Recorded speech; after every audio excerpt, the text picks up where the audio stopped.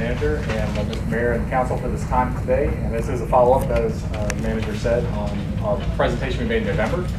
And so, as you may recall, you sent us out and gave us permission to go talk to the community about this. And I've been in local government for more than 25 years, and I have to say, sometimes that's a daunting task, but this has been a genuinely rewarding outreach to your citizens. So it's been a great opportunity for us to engage with them. They've been wonderful to work with, and I'll give you some updates. So we had 2 open houses. With a number of folks showed up to those. We got some great publicity. We're here today to really talk about the feedback we got and how we've adjusted the plan that I showed you in November based on that feedback. So the 2 open houses were held at our facility in James River Treatment Plant, and one was on a Saturday in December, and the other was a Thursday night in January. 79 people showed up, signed in. May have had a few more, but that's how many signed in. We had a number of comments, 37 written comments, but generally people were able to move around among various posters in the room and talk to our staff. We got great feedback, a lot of positive comments, a lot of great ideas were generated as a result of that. We've taken those to heart. Most of this, a lot of it was focused on, we proposed a trail around our treatment plant, and there was a lot of interest in seeing that trail potentially extended. So again, just a great group of people to work with. I was describing this earlier to Director of Parks. When I worked in the city of Henifin, when we engage with citizens, it's a lot like dancing with a bear. Once you start dancing, you don't stop till the bear wants to stop. So, but they've been wonderful to work with, and again, we've been really pleased where we are. I think I'll use that one. It's not even original. I'll have to give it to some credit for that. So this, we're the bear. That's it. So that's the treatment plant slide that we showed you once before, showing our current perimeter. And this is the land we're talking about, is the 4.5 acres and 5.7, roughly 10 acres here on the water front adjacent to our treatment plant towards the city farm property. Riverview Farm Park's up there, and this is the former city farm park. We would be building in this area only and conserving this 5.7 for just recreation and conservation, so there would be no building in that area. We need the space because we're building our SWIFT facilities, and again, citizens were very interested in both the park and the environment, and what we're doing was a big part of the outreach we did. So our SWIFT facilities are where we take our wastewater and treat it to meet drinking water standards before it's recharged into the aquifer. That's really going to fill up all the available space we have currently on the plant site, which is here in this area. And then the proposal is to move and build a new admin building on the 10-acre piece, the 5 acres that we would be building on, and then free up space to build more wastewater facilities behind it, which we need as part of this project. So we still end up with pretty much all of our space used up, and the admin facility built out on this parcel here. And again, this is all in conservation at that point. What would you have on that? So it would be an admin facility. It looks something like this. This is just an example of one we have at our Atlantic treatment plant. No, but I meant on the other section that would just be nothing built on. That we would have nothing on that. So you'll see part of the trail that we're going to propose comes through there, but there'd be no other construction on that area. Yes, ma'am. So this is the admin building, an example. It won't look exactly like that, but that's an admin building we recently built at our Atlantic treatment plant. So this is the trail that was in the proposal I brought in November.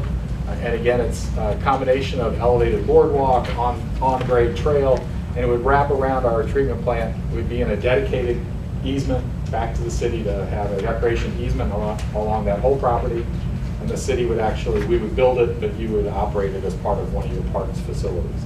And that would tie in roughly where the existing boardwalk is to the little pier, observation pier now.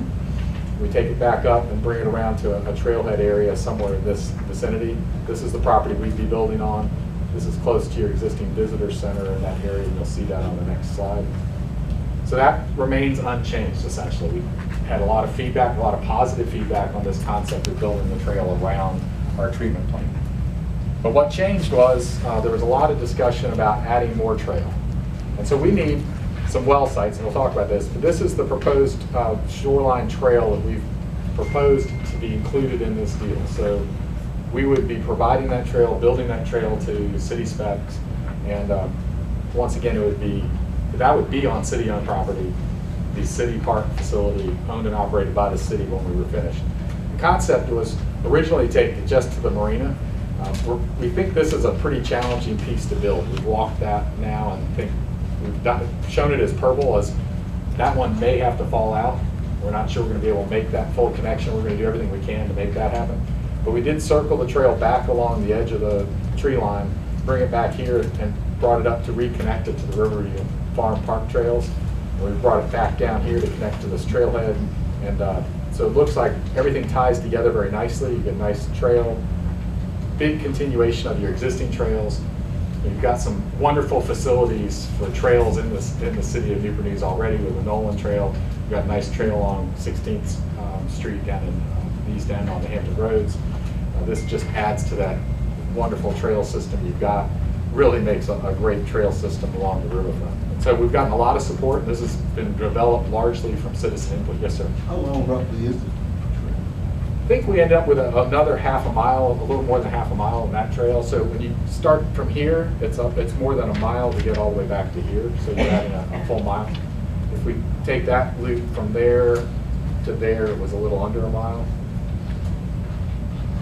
It's a significant amount of trail, a lot of views. A lot of the comments we heard were, incorporating some bird watching outlooks, things like that along there. And I think that's all design details, and we'd be more than happy to work with the city staff to make that happen. So that represents the biggest change from what we brought to you in November. And then the other change is really on the well locations. So when we were here in November, we proposed, so we need 10 wells to support this James River Treatment Plant facility. So we're going to be treating about 18 million gallons of water a day to meet drinking water standards and be able to put that in the ground. Each of the wells has about a 2 million gallon a day capacity. So you do the math, says really you only need 9, but we need a spare, and because we'll have maintenance to do on wells, and so we can't always rely on that. So we need 10 well locations. And we had proposed 5 in your former landfill site. And we've since walked that site and really have ruled that out. It's just not stable enough. It just isn't going to work for us. And so as an alternative, we've proposed a few more in the park. So one in this general vicinity, and these are approximate locations. They need to be about 1,000 feet apart, but we can work with staff to figure out exactly where they need to be. One in this location, one along the side of the road there. This one we had proposed, that's near the cell tower, sort of blocking the other facilities that are there at the cell tower. These 2 would be new in the former city farm property, and these 4 would be actually on our property. So that gives us the total of 10 that we're looking for. The well houses, when we originally proposed it, we were showing something like this size, which is pretty big. And the thing we heard back was, can you make the footprint smaller? We've worked hard at developing a smaller footprint for the well house. And this is now about the size of a 2-car garage. It's roughly 25 by 25. To do that, we put a bunch of the piping valves that we needed in a vault outside to keep that out of the building and keep the building footprint small. And so this is an example of what it might look like. These aren't obviously the architectural finishes. We worked with the citizens and with the staff to figure out what these really need to look like to blend into the park.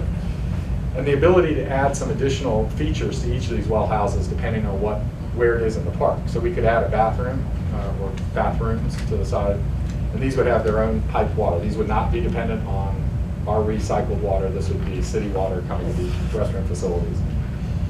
And then if we wanted to do a picnic shelter, we could do something like that. And these are just examples done up for illustrative purposes now, but there's a lot of ways we can make these more than just well houses. They can be amenities to the park as we go along. So that's really the main meat of the proposal. And then the additional thing which hasn't changed is we're still offering up as part of the land deal is our former G Avenue property with a building on it. But there's been some interest from the city on that. To summarize where we are today, the direct benefits would be public access to river views, a lot more trail, this trail around the treatment plant, this trail around the former city farm.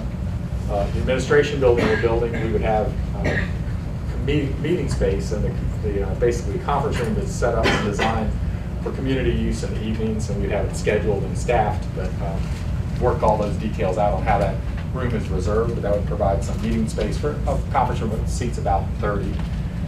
And then we proposed an exterior restroom that would serve the trail in that building as well, that we would take care of at that point. Conservation easement again on that waterfront portion of the property. A cash payment for the 10 acres we're talking about, and then the 10-acre site that we have on G Avenue with years as well. So that's the deal we'd like to try to develop with city staff and the city manager. What we're really looking for tonight is some sort of agreement on the general concept, that we don't see anything that's a third rail that would keep us from going there. We're trying to make sure we know what we've got to work with from a design perspective, and we're pretty confident that we've got a deal that we can work out on the property, that we can move forward with what we need to do for design of a SWIFT facility. We would work with the city staff over the next month to develop actual agreement in writing of what this all looks like, and ideally look for some council action on that sometime end of February, probably the earliest we can get it back to council if you're in agreement with that proposal. And then, ideally we would then have an agreement. There's a number of steps that have to happen. We have to get rezoning, we have subdivision plat has to happen. There's a number of things before the actual land transfer can be done. So we want all that outlined in this agreement, detailed. And then I would envision, if all went well, the actual land transfer would be maybe the June, July timeframe of this year when we got all those things worked through. We're issuing our RFP for a design build team in the spring, and we really want some confidence that we're issuing it for something that includes the piece of land that we're going to be building on if we do it that way. Otherwise, we have to do a little bit different than what we're setting out. Construction on our schedule would start late 2021. So there's still a lot of design work that has to happen before we get there. We'd be looking for an early package to do as much of the trail work as we could in the beginning parts of our construction. And then by fall of 2025, we'd be done and out of there. It's a major construction project, $330 million being invested as part of Newport News. So a lot of activity, and hundreds of construction workers at different times in and out. So it's a bit of an economic boom, but also a bit of a disruption, and we recognize that we'd be working to try to minimize that with city staff and citizens around the park. And now with those well stations, with any, if you're adding to those, if anything you add, it will not affect the well? Correct. There's no adverse effect on the... Right, so the additional things we might add on to the Yeah, well. additional. And the wells are all designed to be on easements, 40-year easements, so we're not asking for property for that, we're just asking for easements for those. We recognize that there's no way we could carve up property and really site those wells appropriately, so we're able to live with the idea of a 40-year easement for each of the well locations. And those specific locations and how those easements get drawn out, a lot of details to be worked out to make that happen, but that's something we can do with staff. Okay. I wanted to just thank you for taking the time to have the public meetings. That's really important for me, is that entities reach out to the community to get feedback. What I would say, and thank you also for the consideration of making the well size smaller. However, I don't think it's necessary to add, me personally, to add a picnic shelter to that when we already have picnic shelters already in Rubin Farm Park. I just don't think that's, to me, that's not necessary. So that's just another cost in construction that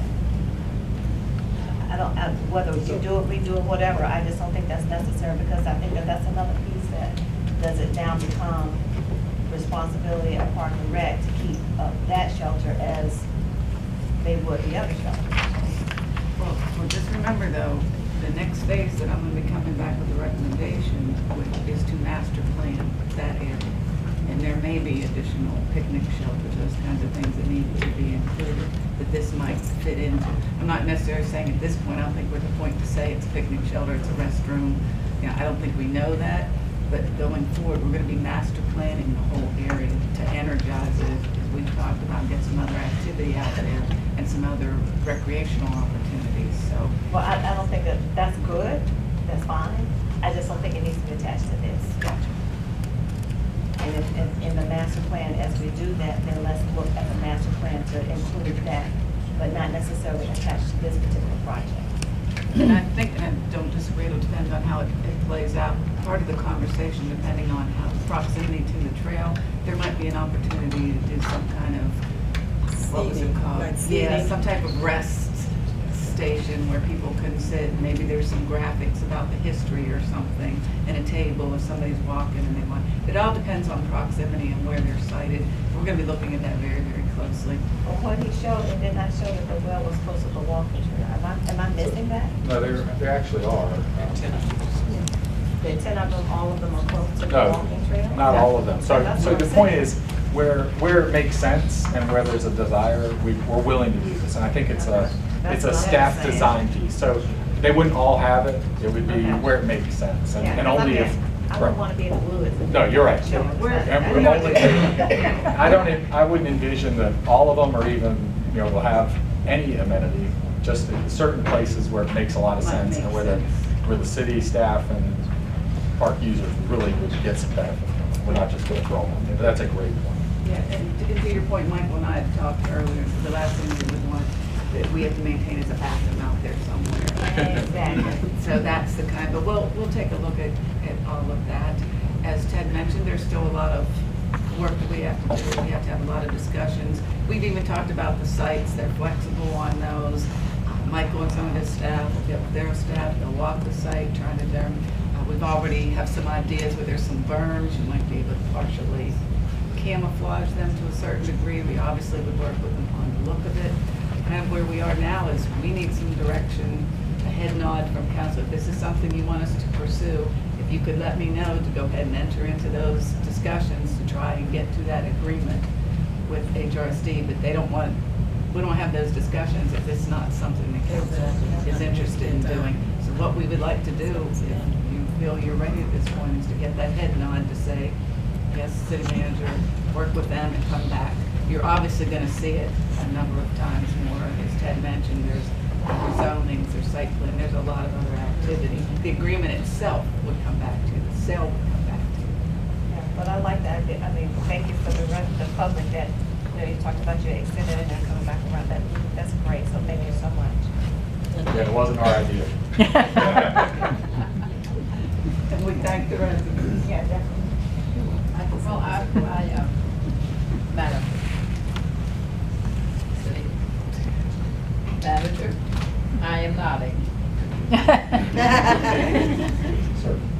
I have kind of a basic question. In the land that you're getting 5.7 acres that you're going to do the conservation easement on. What advantage is it to HRSD to be purchasing that land if you're only going to do a conservation easement on it? There's little advantage, other than we can continue our shoreline stabilization work, WBRs. So we've got severe erosion happening along the backside of the plant, shoreline erosion that we need to take care of, and we've got a contract working on trying to get that developed. We'd like to protect our interest in those assets by taking care of the shoreline the rest of the way along there that we would own, control, and maintain. So there's a liability really there, but it's to protect our interest in the assets we have just beyond it.